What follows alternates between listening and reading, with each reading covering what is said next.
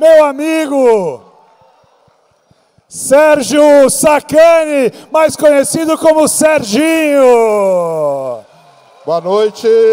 Caraca, cada dia mais magro. Valeu, Tonico, obrigado aí. Boa noite a todos. Estamos aqui na Campus Party, né? Deixa eu ver, eu vou na Campus Party desde 2011, viu, galera? Deixa eu ver se eu lembro aqui como que é mesmo. Aí, muito bem, muito bem. Então, boa noite a todos. O que eu tenho feito nas campus é o seguinte, eu não faço apresentação, não, tá? Vocês estão cansados, se eu ficar falando aqui, vocês vão dormir. Então, é o seguinte, eu abro aqui para perguntas de vocês. Então, sobre a vida, o universo, vida alienígena, planetas, cometas, início do universo. Quem tiver pergunta aí, eu acho que o pessoal está com o microfone aí da produção, né? E aí, levantem a mão. Ai, tem bastante pergunta, né? Cadê o microfone aí? Espera aí que nós vamos arrumar aqui, ó. Levante a mão aí. Aqui, ó, uma senhora que está aqui, ó. Vem aqui, enquanto não traz o microfone, vem aqui, ó. Eu não vou descer aí não, mas a senhora fala aqui, ó. Diga o nome e a caravana. Pode vir aqui. Tem que falar, porque senão eu não vou ouvir a pergunta e nem ninguém vai ouvir. Vai lá, faça a pergunta. Meu nome é Fabrícia e eu quero que você fale do astroturismo do Piauí, o potencial da gente. Boa. Muito legal. Então, até, para quem não sabe, assim, vocês devem saber, né? Mas eu tenho até meio que um projeto com o pessoal aqui do Nazaré Canyon Lodge. Não sei se vocês conhecem. Fica no Canyon, né? Que a gente chama Canyon do Ripoti, que é esse mesmo rio que passa aqui. O céu da Caatinga, né? Ele é um céu excelente para fazer observação. Ainda mais em determinadas épocas do ano, aqui vocês não têm chuva, né? Então o céu, assim, a atmosfera fica muito limpa, é realmente muito bom, e lá a gente faz muita observação legal. Além disso, né, o céu de vocês aqui, ele tem um diferencial muito grande, que é o fato de estar muito próximo da linha do Equador. Então tem determinadas constelações e determinadas estrelas que a gente vê no céu aqui do Piauí, que a gente não vê em outros céus aqui do Brasil, céus que são bons assim de ver. E isso dá a oportunidade da gente, por exemplo, muita chuva de meteoro. Um dos melhores lugares de assistir a chuva de meteoro é aqui na Caatinga de vocês, entendeu? Porque, como é perto da linha do Equador, boa parte das chuvas de meteoro, elas são boas para quem está no hemisfério norte. Mas como vocês estão aqui próximo, a chuva de meteoro aqui é boa. Se você descer um pouco, pegar um outro céu bom que tem no Brasil, e mais próximo aqui de vocês, já é um céu ali em Valparaíso, que é no interior de Goiás, ali perto de Brasília. Só que aí já está muito para baixo, entendeu? Então já é um céu que, vamos dizer assim, fica um céu mais comum para a gente e tal. Então, o céu de vocês aqui é muito bom, o pessoal tem que investir nesse astroturismo, ou até ecoturismo, né? Quem quiser falar, porque tem muita coisa. Vocês aqui têm o privilégio, né, de ter as pinturas, né, as pinturas rupestres aí, da Serra da Capivara, né, que chama, né? Se eu falar errado aqui, vocês me corrijam, né? Aonde tem as pinturas aí dos brasileiros, talvez mais antigos, que já passaram. E é muito legal, porque o que eu falo, quando eu estou lá nesse lugar, é que vocês juntam as duas coisas. Vocês conseguem juntar a parte arqueológica da coisa com a astronomia. E isso é uma ciência à parte, eu não sei se vocês sabem, existe um negócio chamado arqueoastronomia. Então, todo mundo aqui já ouviu falar em Stonehenge, que é aquelas pedrinhas, tudo amontoada. Aquilo lá é uma grande coisa da arqueoastronomia. Por quê? Imagina o ser humano há 12, 10 mil anos atrás, certo? O que guiava ele? Era o céu. Então, ele tinha que saber que constelação que estava no céu, que constelação que estava no céu, em qual época do ano, para quê? Para saber se aquela época do ano era uma época boa para plantar, para colher, se era uma época que ia começar o período chuvoso ou o período de seca. E o que guiava o ser humano era o céu. E como que eles anotavam isso? Não tinha, né? Então, eles iam em cavernas e faziam aqueles desenhos todos. Então, a arqueoastronomia, que junta essas duas coisas, vocês aqui no Piauí são privilegiados por ter tudo isso aí. Então, obrigado pela pergunta aí. Parabéns aí por tudo que vocês têm aí. Cuidem de tudo, tá? Boa. Próxima ali, ó. Carinha ali, ó. Fale aí seu nome e a caravana. Eu sou Arthur, sou daqui de Teresina, e eu queria saber o que veio antes do Big Bang. Ótima pergunta, hein? O que veio antes do Big Bang? Isso aí. Bem, então vamos falar, né? Primeiro, quem estuda, né, o início do universo, a gente não afirma, né? E vocês não podem ver isso em lugar nenhum. Se vocês verem, isso está errado, tá? Não existe um jeito de você afirmar que o universo começou pelo Big Bang. Isso é um ponto, tá? O que a gente faz é o seguinte: a teoria, ou o modelo, né, melhor dizendo, do Big Bang, é aquele que a gente tem as maiores evidências observacionais das coisas. Porque a astronomia, a cosmologia, a física, ela tem que ter duas coisas, tem que andar junto. Uma coisa é a parte teórica dela, ou seja, você tem que resolver as equações matemáticas ali, e depois você tem que observar aquelas coisas. O Big Bang é que tem o maior, vamos dizer assim, acervo de evidências observacionais. Quais são elas? As galáxias, que a gente observa, elas estão se afastando da gente, e quanto mais distante uma galáxia, mais rápido ela se afasta da gente. Isso é um ponto.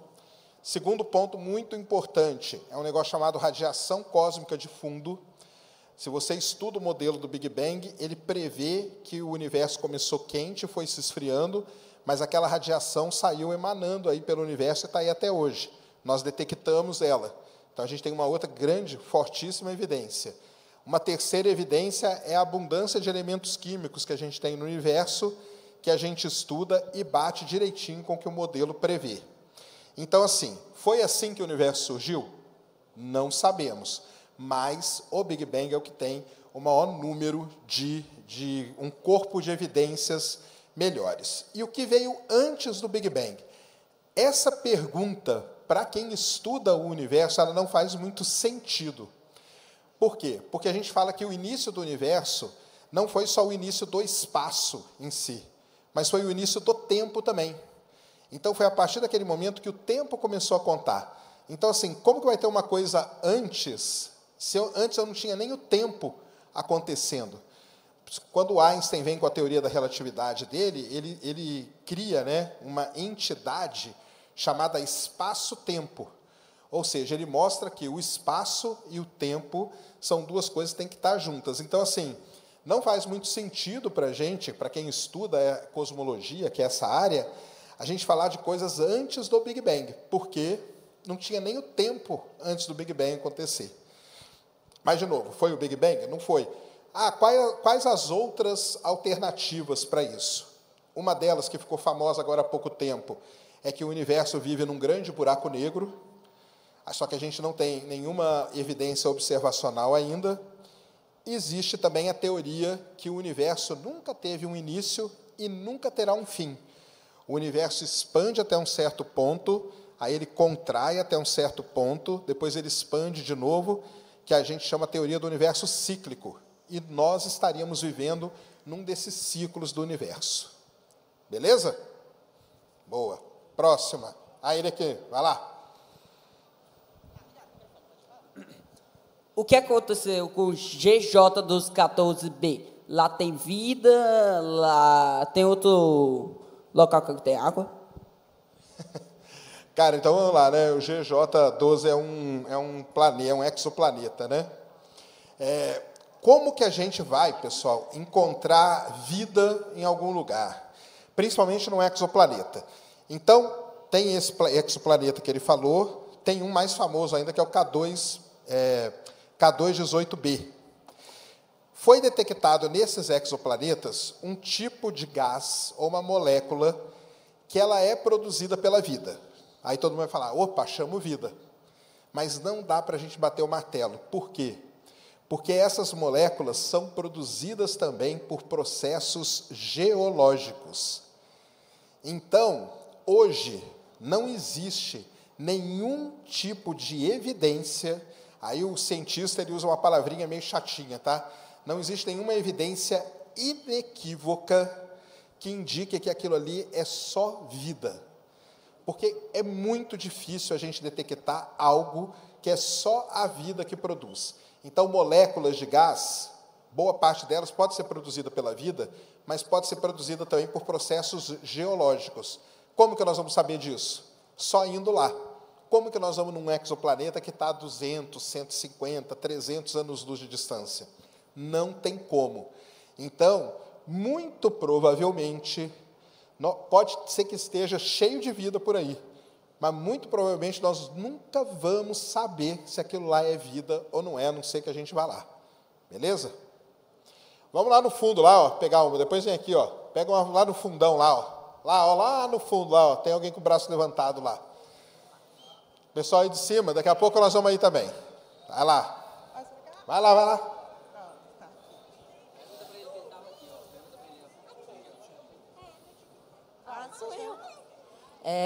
Eu vi um vídeo do senhor que... meu nome é Arthur, eu vim de Teresina, e eu vi um vídeo do senhor que o senhor fala que o universo é infinito. E aí o senhor disse que não acredita na possibilidade da vida ser infinita também. Mas nesse raciocínio, eu tenho uma dúvida aqui. Se o universo é infinito, então, se as pequenas chances de vida que se relacionam com essa infinitude não podem ser infinitas também? Caramba, hein? Boa pergunta. Isso aí. Cara, então vamos lá, né? O universo, muito provavelmente, ele pode ser infinito, talvez não no espaço, talvez no tempo, a gente não sabe, mas o lance da vida é o seguinte: as condições para a vida não são infinitas. E aí, ó, vamos lá, ó. Nós estamos falando de vida, né? A vida como a gente conhece aqui, tá? Não, mas pode ter uma vida baseada em sei lá o quê.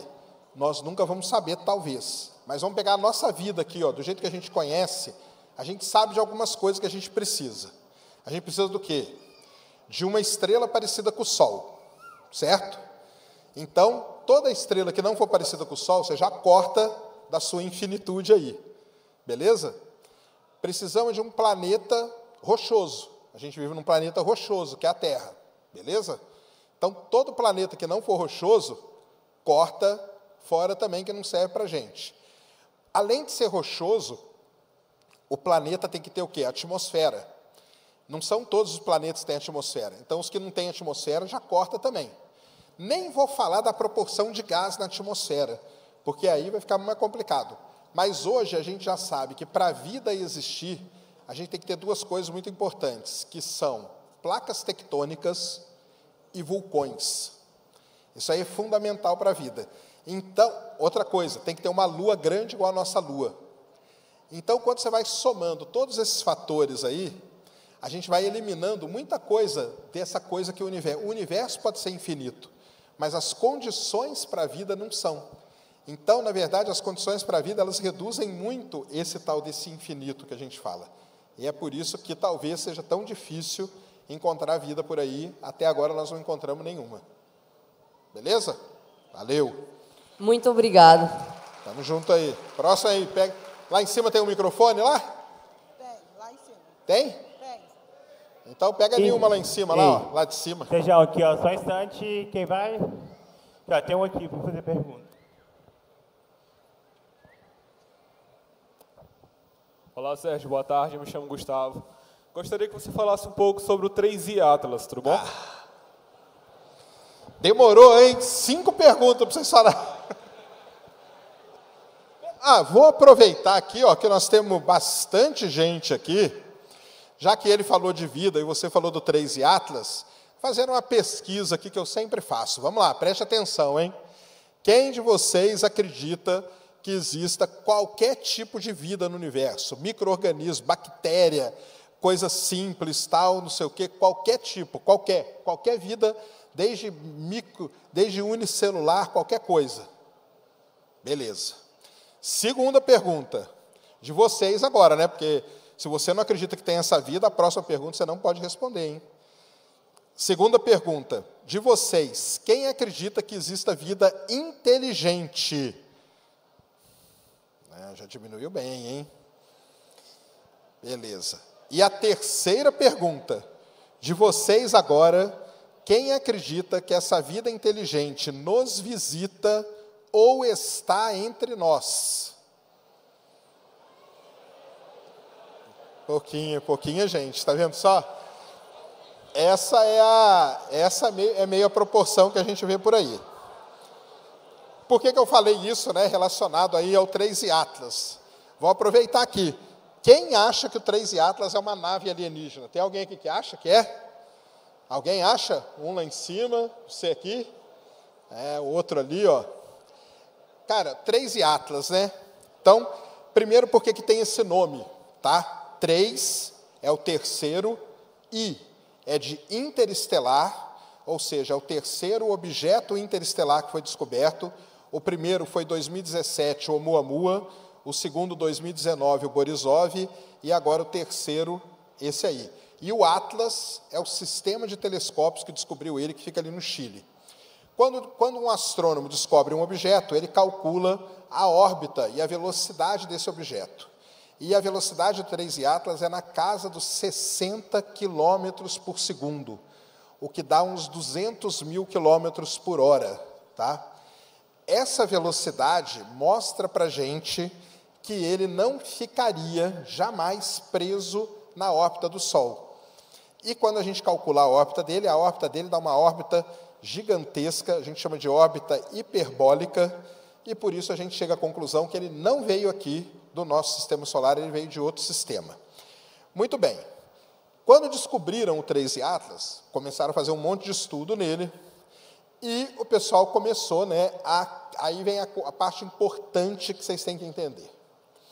Tem um cara chamado Avi Loeb, que ele nunca, pessoal, afirmou que aquilo lá é uma nave alienígena. Tá? O que ele faz é o seguinte, é questionar. E isso é muito, muito válido. Tá? Qual que é a questão dele? Bem, a gente está falando que é um cometa, mas e se ele for uma nave alienígena? Pode ser? Vamos estudar? Vamos fazer a imagem dele? Então, é isso que ele fala. Tá? Ele nunca... Aliás, eu tive a oportunidade de conversar com ele, e ele fica muito bravo com isso, porque fala que a imprensa ferrou ele falando que ele afirma que é uma nave alienígena. Ele nunca afirmou. Então, o 3i Atlas, todos os estudos que foram feitos nele até esse momento, indicam que ele tem uma origem natural. Beleza? Ou seja, ele é rico em carbono, é muito parecido com um tipo de asteroide que tem aqui no Sistema Solar, que é um asteroide do tipo D. A órbita dele é muito bem estabelecida já. Ele não sofreu nenhuma aceleração não gravitacional. Ou seja, se é uma nave alienígena, a nave está vindo, a gente em algum momento poderia ver a nave acelerar. A gente não viu isso acontecer.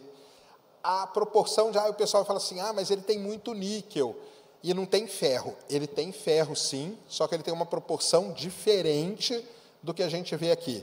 Ele tem muita água também, que é normal de ver aqui. Aliás, ele está perdendo 40 quilos de água por segundo, para vocês terem uma ideia. Então, ele tem muita água acumulada no 3i Atlas. Então, assim, muito, mas muito provavelmente, eu queria que fosse uma nave alienígena, eu queria, porque ia ser sensacional, mas não vai ser, ele vai ser um cometa, e vai ser sensacional do mesmo jeito, porque a gente vai poder estudar ele até o ano que vem. Aí, vamos lá. Mas a NASA está escondendo imagens dele agora, porque ele passou perto de Marte. Então, vamos explicar para vocês. Marte, nesse momento aqui, neste momento que a gente está, Marte está do outro lado do Sistema Solar, muito perto do Sol. Então, está muito difícil de ver Marte. Você não vai conseguir ver Marte, porque Marte está praticamente escondido pelo Sol. Tá? O cometa, ou 3i Atlas, ele acabou de passar por Marte. Ele passou por Marte agora, dia 3 de outubro. Então, ele ainda está numa região que a gente não consegue observar ele. Não tem como fazer. A estimativa é que daqui a 20 dias ele reapareça. Tanto que o pessoal está falando o quê? Daqui 20 dias, provavelmente, nós vamos ter a confirmação do que é o 3 Atlas. Porque ele vai passar mais perto do Sol, e aí, se ele for uma nave alienígena mesmo, toda a poeira e todo o gás que está em volta dele vai ser varrido, e vai aparecer uma belíssima de uma nave alienígena.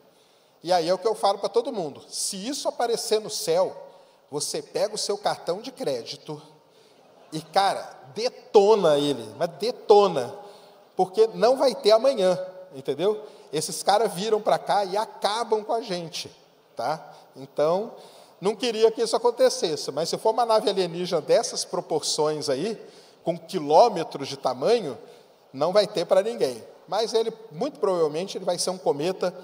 E óbvio, né, pessoal, como ele veio de uma outra estrela, é uma estrela diferente do Sol, é uma concentração de elementos químicos diferentes e tudo mais, a gente nem pode esperar que ele seja idêntico aos cometas que a gente tem aqui. Ele é parecido em várias coisas, mas tem várias outras propriedades dele que vão guardar as propriedades do sistema de onde que ele veio, do sistema planetário de onde ele veio. Então, assim, infelizmente, não vai ser uma nave alienígena. Daqui 20 dias, nós vamos ter que continuar pagando nossos boletos do mesmo jeito, tá? E vai ser um cometa e nós vamos estudar ele muito bom. A coisa boa do 3 Atlas, que a gente pegou ele entrando no sistema solar, e nós vamos conseguir estudar ele até março do ano que vem, quando ele passa perto de Júpiter. Os outros 2 objetos que eu falei para vocês, quando nós descobrimos eles já estavam saindo do sistema solar. Então, a gente nem tem imagem do Oumuamua, nem do Borisov direito, nem nada. Mas do 3 Atlas nós vamos ter essa capacidade. Beleza? Ei. Sérgio, mais uma aqui em cima para a gente continuar. Fala, Sérgio. Ao observarmos a harmonia e a complexidade do universo, você acredita que um Deus perfeito poderia ter planejado tudo isso exatamente como é, com leis físicas tão precisas e um equilíbrio tão delicado? Afinal, é muito difícil acreditar que nada surge do nada.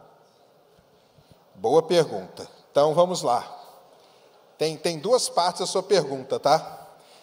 A primeira, existe um erro, pessoal. Existe um erro gigantesco. Eu falei do Big Bang aqui, né?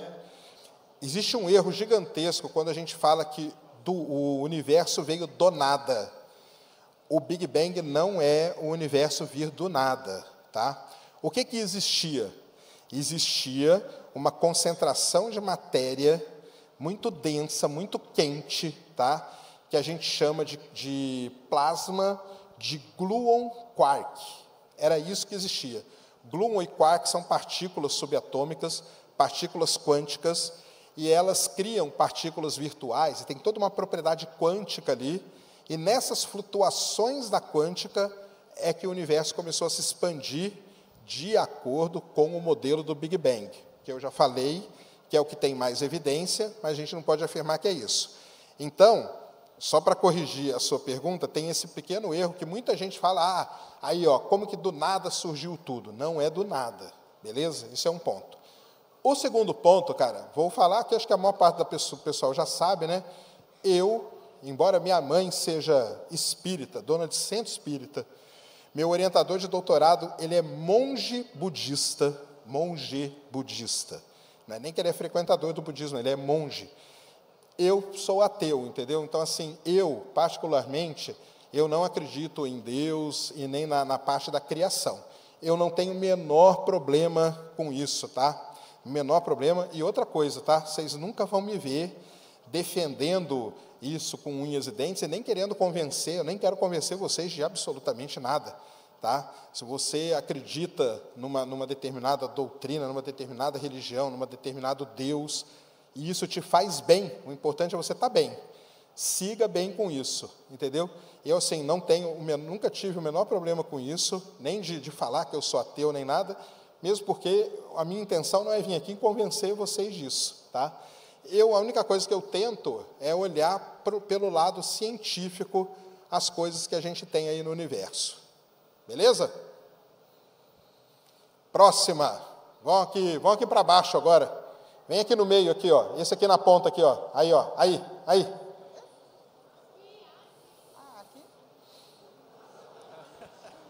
Depois você vai. Boa noite, Serjão.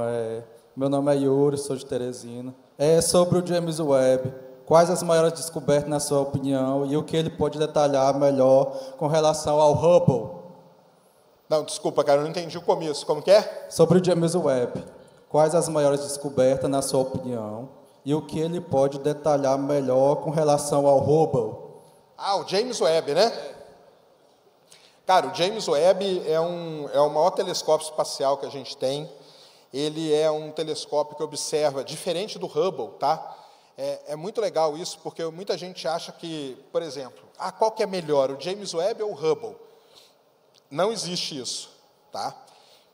O Hubble é um telescópio que observa no ultravioleta, na luz visível e no comecinho do infravermelho, beleza? O James Webb, ele observa o final do vermelho no espectro eletromagnético, o finalzinho do vermelho, o infravermelho próximo e o infravermelho médio. Então, o que é o ideal? O ideal é que a gente olhe para uma galáxia e estude ela em todos os comprimentos de onda, em todos os tipos de luz que aquela galáxia emite. Cada tipo de luz desse que eu falei vai dar uma informação sobre a galáxia. Ou como que ela forma estrela, ou como que ela está na parte do buraco negro dela, ou como que são o nível de poeira nela. Então, a gente tem várias informações. Então, a primeira coisa é isso, tá? Eles não competem, eles se integram, eles se complementam, na verdade. Por que o James Webb foi construído dessa forma? Porque o principal objetivo dele é entender o que aconteceu lá no início do universo, lá perto do nosso Big Bang, lá que a gente já falou aqui hoje, tá? Por que a gente tem que ter um telescópio no infravermelho? Isso que é importante, pessoal. Porque é o seguinte, o universo, como a gente entende, ele está se expandindo, beleza? Quanto mais longe está uma coisa, mais rápido ela se expande.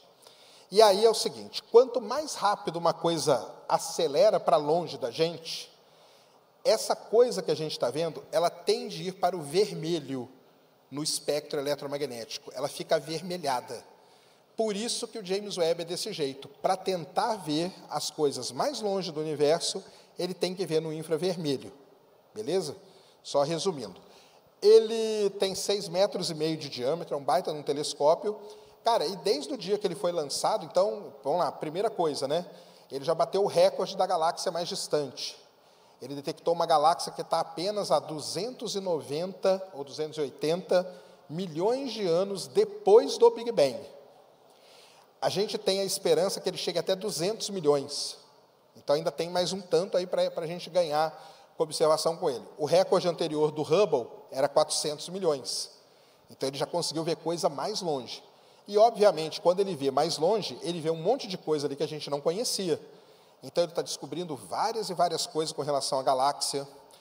Ele conseguiu detectar 2 moléculas muito importantes no K218bzinho, que é esse exoplaneta que eu falei antes, que é o DMS e o DMDS, que aqui na Terra são moléculas geradas pelo fitoplâncton, que é vida, mas também por geologia, então tem essa dúvida que a gente tem que responder, e ele está mostrando como que as estrelas nascem, como planetas nascem, então, assim, é a ferramenta mais interessante que a gente tem na astronomia, porque ele tem uma coisa que nenhum telescópio tem, é a versatilidade deles, pessoal. É muito difícil, se qualquer pessoa que sair aqui na rua e comprar um telescópio, aquele seu telescópio ele pode ser bom para ver estrela, mas não vai ser bom para ver galáxia. Agora, ou para ver planeta, mas não vai ser bom para ver galáxia. O James Webb ele consegue ver Saturno, Júpiter aqui em detalhe e ver uma galáxia lá no início do universo com o mesmo detalhe. Isso é um negócio impressionante que só ele pode fazer. E a gente espera que tenha muito mais coisa aí pela frente. Beleza? Vem aqui, ó, ele aqui na ponta, aqui, ó, que está com o braço levantado desde aquela hora aí. Ó. Vai você aí que está de pé. Vai lá. Primeiramente, boa tarde, é uma honra estar falando com você. E, a indústria internacional sempre procurou valorizar os cientistas norte-americanos, europeus. E eu queria saber de você, com relação ao filme Oppenheimer, que destacou esse grande cientista, mas negligenciou um grande cientista brasileiro, César Lattes. Queria que você falasse sobre ele e destacasse a importância dele para a nossa ciência, principalmente para a história da física no Brasil. Boa pergunta, né? O César Lattes foi um físico muito importante que o Brasil teve, né? Ele trabalhou na detecção de raios cósmicos, né? Ele era o cara que ele fazia as placas, né? As emulsões que subiam nos balões lá para a estratosfera e tal, para poder detectar raios cósmicos, lá as partículas subatômicas que ele estudou durante a vida toda dele, né? Então, assim, ele é um cara que foi muito respeitado, foi um físico assim fora de série, realmente ele merece muito destaque, tá? Ele tem pouquíssimo destaque no próprio país, tá? E agora tem algumas coisas que eu particularmente não concordo.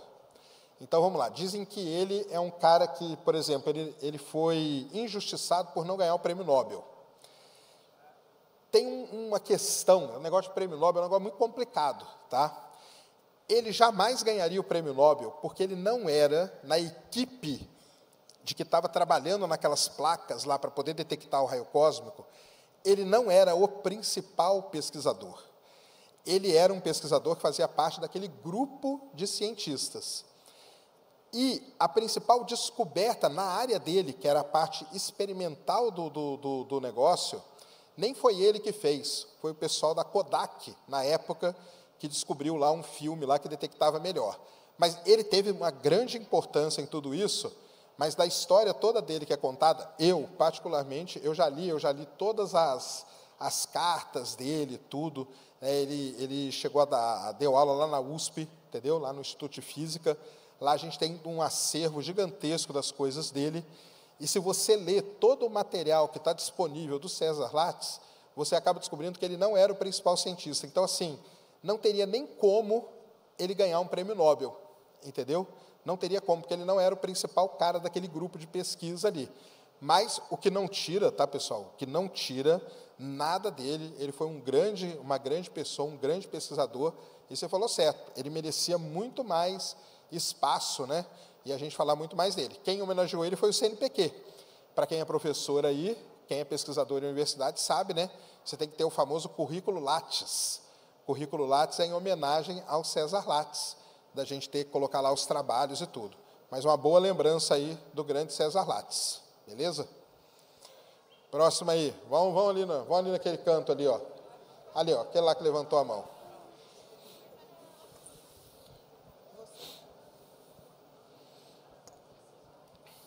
Boa noite. Boa noite. Eu me chamo Adrian e sou daqui de Teresina mesmo.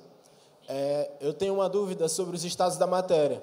Muitas pessoas, a grande população em si, conhece somente os 3 estágios, que é o líquido, sólido e gasoso. Só que a gente sabe que o universo é composto mais pelo estado plasma. Eu queria que você falasse mais sobre eles, os estados da matéria que o pessoal não conhece, e discorresse mais sobre o plasma, que é o que compõe o universo. É isso aí. Então, para quem não sabe, né, no universo, na verdade, a gente tem 4 estados da matéria. O sólido, o líquido, o gasoso e o plasma.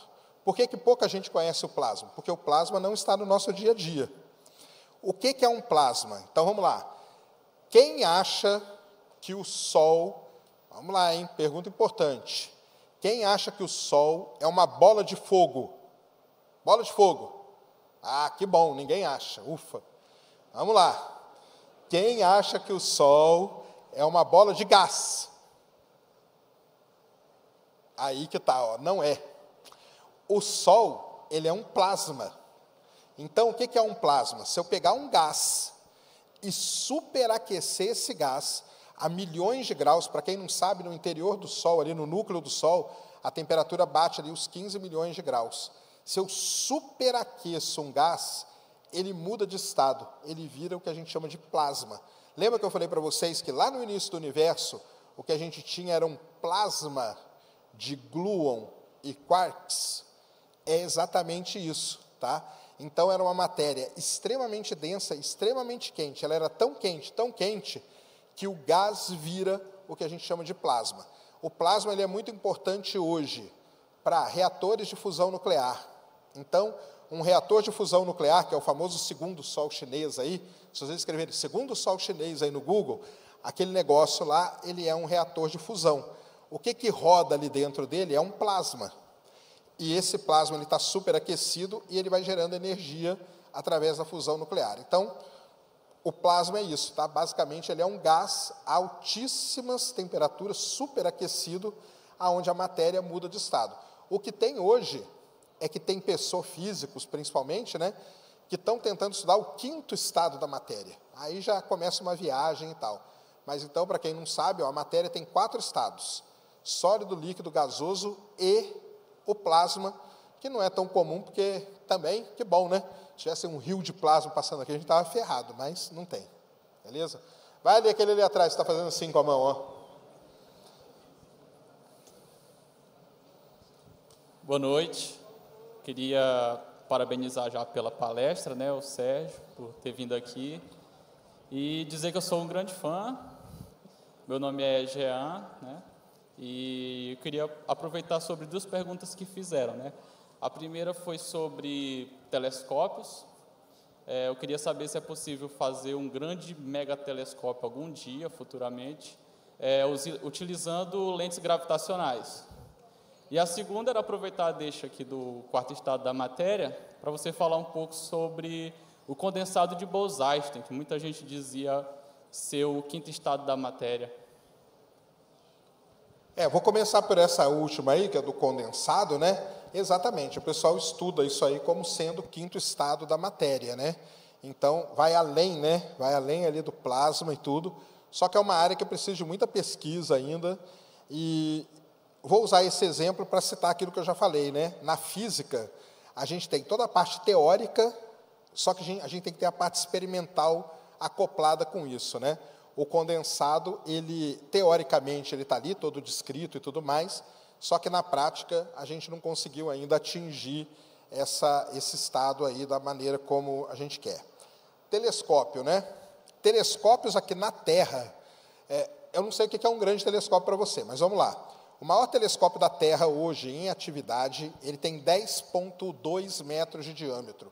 É o telescópio Gran Canarias, que fica lá nas Ilhas Canárias.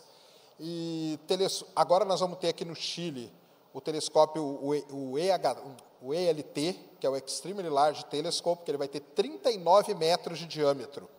39, já é grande pra caramba.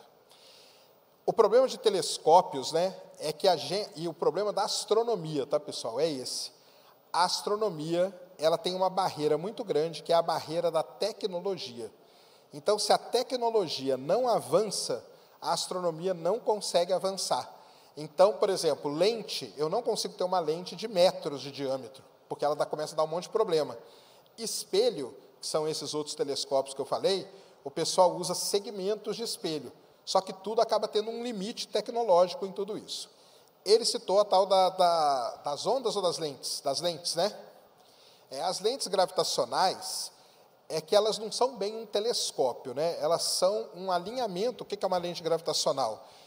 Eu olho para um aglomerado de galáxias, onde eu tenho uma grande concentração de massa, e essa grande concentração de massa, por conta da relatividade, ela consegue pegar coisas que estão atrás dela, amplificar e aproximar. Então, é como se eu tivesse uma grande lente aqui, e ela trouxesse coisas lá de trás e aproximasse para mim. É graças a isso que o James Webb consegue ver uma galáxia a 280 milhões de anos depois do Big Bang. Se não fosse lente gravitacional, ele não ia conseguir ver. O problema é que as imagens geradas ali, elas têm muita distorção. Isso é um fenômeno que acontece na lente gravitacional, tá? Então, a gente nem considera ela como um telescópio, não. Tem alguns que falam, um telescópio natural, mas não é muito diferente, tá? Agora, um telescópio aqui na Terra vai ser muito difícil. Muita gente fala assim, né? Aponta um telescópio para a bandeira, vamos mostrar a bandeira dos Estados Unidos na Lua. Dá para você fazer, qualquer pessoa pode fazer essa conta. Se você fizer essa conta, você chega que, para ver a bandeira dos Estados Unidos na Lua, a gente teria que ter um telescópio de 150 metros de diâmetro. E o maior que nós vamos ter agora, daqui a alguns anos, vai ter 39. Então, o limite tecnológico, ele atrapalha muito a astronomia, infelizmente. E a gente tem que esperar esses saltos tecnológicos. Beleza? Cadê o... Sérgio? Isso, Sérgio. Lá em cima, vamos lá. Meu nome é Iago, eu sou teresinense mesmo e eu sou acadêmico de física. E eu queria fazer uma pergunta. Agora está escutando, né? Agora eu tô, vai lá. Meu nome é Iago, eu sou teresinense e eu sou acadêmico de física. E eu queria fazer uma pergunta para você, não relacionada à área de espaço, nem à área de história da física. Eu queria uma pergunta mesmo diferente. No caso, o que eu quero perguntar? Como eu estou estudando agora, eu queria saber uma área nova do conhecimento que você pode estudar que dê dinheiro. Por exemplo, como antigamente... Claro, pessoal, tudo gira em torno de dinheiro. Eu queria estudar uma área que realmente desse dinheiro, uma área monetária boa, tá entendendo? Por exemplo, de tecnologias, microtecnologias, uma área voltada para essa área. Só que você vai ter que repetir aí para mim, ó, que o pessoal riu bem na hora, eu não ouvi. Fala, uma área do quê?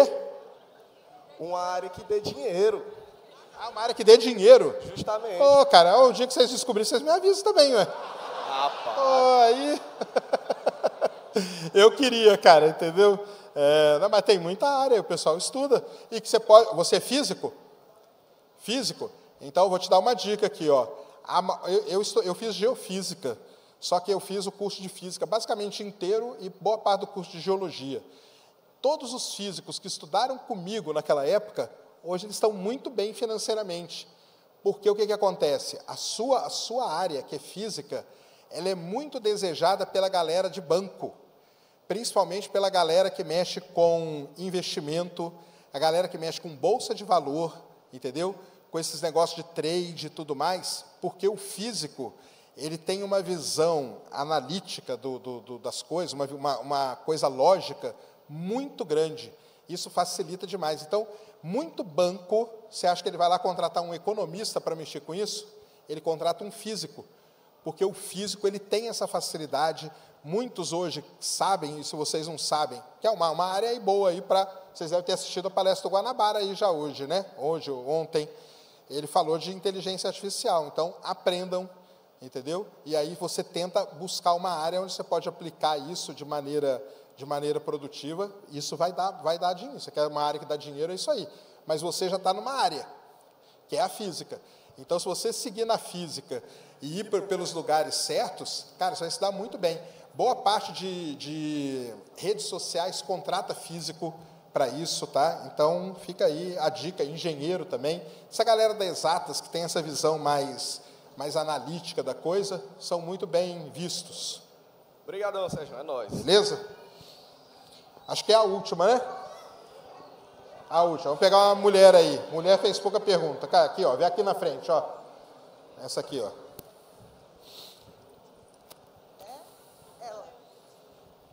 Você, faz aí.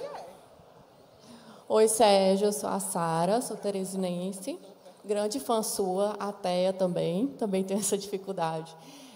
Sobre Marte, eu queria saber se você ficou inclinado a acreditar que teve vida anteriormente ou tem algum tipo de vida depois da descoberta da bioassinatura. E a outra pergunta que eu queria fazer é sobre uma mulher que está sendo treinada para ir para Marte, que não vai voltar, né, no caso, eu vi uma reportagem sobre isso.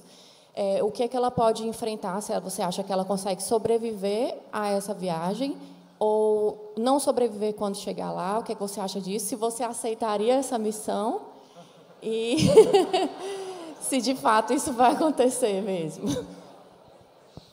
Beleza. Tem uma que é bem fácil. Eu não aceitaria jamais. A segunda que é fácil. Essa menina aí, isso aí não existe, tá? Isso aí não existe. Essa menina aí, eu e o Pedrão do Space Orbit, nós fizemos uma investigação ali em cima do negócio da menina. Aquilo lá que ela fala não condiz nada com a realidade. Embora ela diga uma coisa muito interessante, que é o seguinte.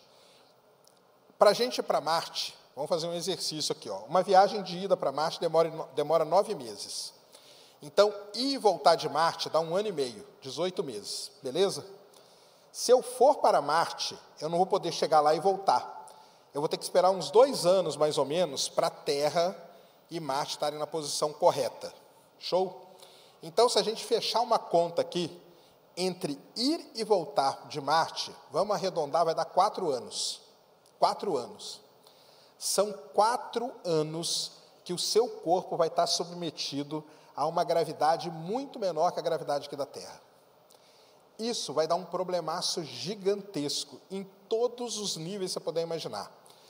problema na vista, problema no ouvido, problema em músculo, problema na coluna vertebral e uma série de outros problemas que a gente não tem nem ideia do que pode acontecer. Eu dou sempre o exemplo do Marcos Pontes. O Marcos Pontes ficou 7 dias na estação espacial. Quando ele pousou, ele estava com problema na vista. Eu brinco com ele que ele estava cego, surdo e com vitiligo. Vitiligo ele não tinha e apareceu depois. Ele usa hoje aquele aparelho auditivo que pega a vibração do osso, de tão ferrado que ficou a audição dele, e ele não usava óculos e usa óculos. Ele ficou 7 dias no espaço. Imagina 4 anos. Então, é um negócio que pode detonar o corpo humano. Eu acho, aí eu até concordo com o que a menina fala, embora ela fale por outros motivos, eu acho que quem for para Marte não volta para a Terra, porque depois você voltar para a Terra, o retorno vai ser muito pior para o seu corpo, muito pior. E a gente não tem noção do que vai acontecer com esse ser humano. Segunda coisa, eu não concordo com o Elon Musk. O Elon Musk, tá todo mundo aqui agora, né? Terminou a palestra, a gente pega uma nave e vai para Marte. Eu não concordo com isso. Para mim, só vai para Marte pessoas muito bem treinadas, tanto fisicamente como psicologicamente. Porque é 9 meses dentro de uma nave. Imagina o que é 9 meses viajando dentro de uma nave. Então, é um negócio, assim, é muito terrível para o corpo humano. Mas eu acho que nós vamos para Marte? Sim, eu acho que nós vamos para explorar e voltar. Não acredito que nós vamos ter uma colônia em Marte. Isso eu não acredito. Pode ser que mude tudo, mas pelo fato do ser humano, do corpo humano, a gente não sabe o comportamento dele. E outra coisa, né? Eu posso não sentir nada, um pode morrer, o outro pode ter problema de vista, o outro pode ter problema. Então a gente nem sabe, nem tem um padrão para isso. E sobre a vida em Marte, teve essa descoberta agora recentemente, né? Que nós descobrimos um mineral, de novo, aquela mesma história, né? Nós descobrimos um mineral que aqui na Terra, quem produz esse mineral é uma bactéria. Aí você fala para mim o quê? Pronto, descobrimos vida em Marte. Marte teve vida bacteriana. Qual é o problema? Que este mesmo mineral também é produzido por processos geológicos aqui na Terra. O que a gente tem que fazer?